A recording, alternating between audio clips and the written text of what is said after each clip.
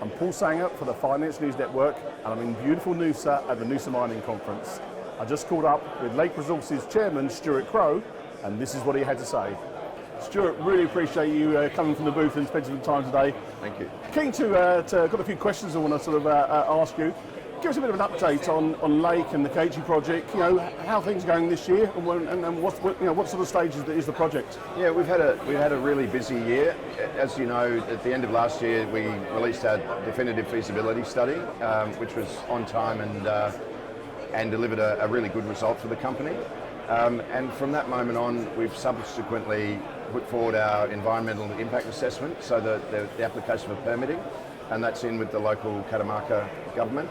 And is currently sort of 30 to 40% through that process. We've allowed 12 months to finalise that, so we're looking around sometime around March next year to have that completed. And at this stage, it's going really well. We've had a lot of ongoing discussions with the government there, and looking forward to wrapping that up early next year, if not sooner. And you have a strategic partnership relationship with Lilac. How important is that for Lake, and how strong is that relationship? The relationship's very strong with Lilac, and it's very important for us. Obviously, the Kachi Project is a lower grade brine, and so direct extraction is not only highly efficient, that we get a really good recovery of the lithium from the brine, but it also comes out at a very high purity product when we actually convert that into carbonate. So we've done a lot of test work with the product that we've produced, and we've converted that into 99.9% lithium carbonate. So it's, we're really happy with it. And you may have seen just recently, Lilac have done further optimisation work on their process, and we're hoping to update the market on that shortly. But it's looking, well, it's getting better as they optimise. So we're looking forward to releasing that study. So I'm keen, the lithium price has been under extreme pressure really for the last sort of 6 to 12 months. Yeah. A lot of projects have been turned off, or expansions being reduced, and I guess that has effect now on, no one wants to do off-takes with the prices where they are. What's your thoughts on what's happening there, and can you give us some insights? Yeah, it's an interesting market, and we've seen a number of periods of volatility within the lithium price. If you look at the forward projections on supply and demand, and obviously the focus is on demand because that's what we're all trying to deliver into, and you look out to 2028, 2030 and onward, you've got probably 2 to 3, or even in some cases 4 times current supply will be needed in 2030 and onward. And to get there, you're going to have to bring on a number of new mines, and at these prices it's getting very difficult to produce product and certainly increase the supply. So something's got to give, because we're already seeing companies pause, and I suspect we may see more of that, which unfortunately then puts further pressure and will increase the volatility, I assume. Yep. But the only good thing that will come out of that increased volatility will be incentive pricing that will allow, hopefully, a lot of the next tier producers to get financed and into production.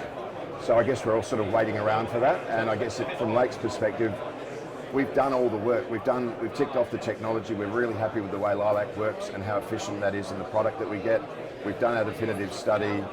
We've organised the debt funding. So we've got a lot of boxes ticked. Yep. We're just waiting on permitting, and obviously at some point we're looking, and we're in the middle of discussions now with a number of parties on offtake and strategic investment to help finance the equity component of the finance. So there's a lot of work going on behind the scenes in a pretty tough market, but something's got to give on the price point, because it's very difficult to produce and be profitable at current pricing. And it's also worth noting that some of these projects that have stopped the expansion, they can't just switch them back on again. That supply has gone, and and there's only a limited amount of product out there, and some of the larger producers are obviously expanding their production, which is great, but the forecasted future demand is far, far greater than what we're seeing in ramp up of other existing production. We definitely need new mines and new production coming on, and that's going to require some form of incentive pricing. And just to finish up today, talking about Argentina, how easy is it to operate? What's going on in Argentina? Is the government supportive? Any changes we can expect? Yeah, there's a new president in Argentina. He's been in power now for probably just over 6 months, and is making major changes and increasing the appetite of international investment into Argentina. And it's being really well received globally, but also within Argentina there's a lot of activity and a lot of renewed interest in people coming in, and they're very, very supportive of the opportunity that they have within the lithium space, because Argentina probably holds some of the largest undeveloped lithium assets in the world, and they've got a huge opportunity there if they get it right. And it's early days, but what we're seeing so far is really quite encouraging. So I think it's gaining greater acceptance as an investment destination, which is fantastic. Great for us. So we're very happy to see what's going on down there. Stuart Crow, it's been an absolute pleasure. Many thanks for taking the time to speak with me today. Thanks so much, Paul. Appreciate it.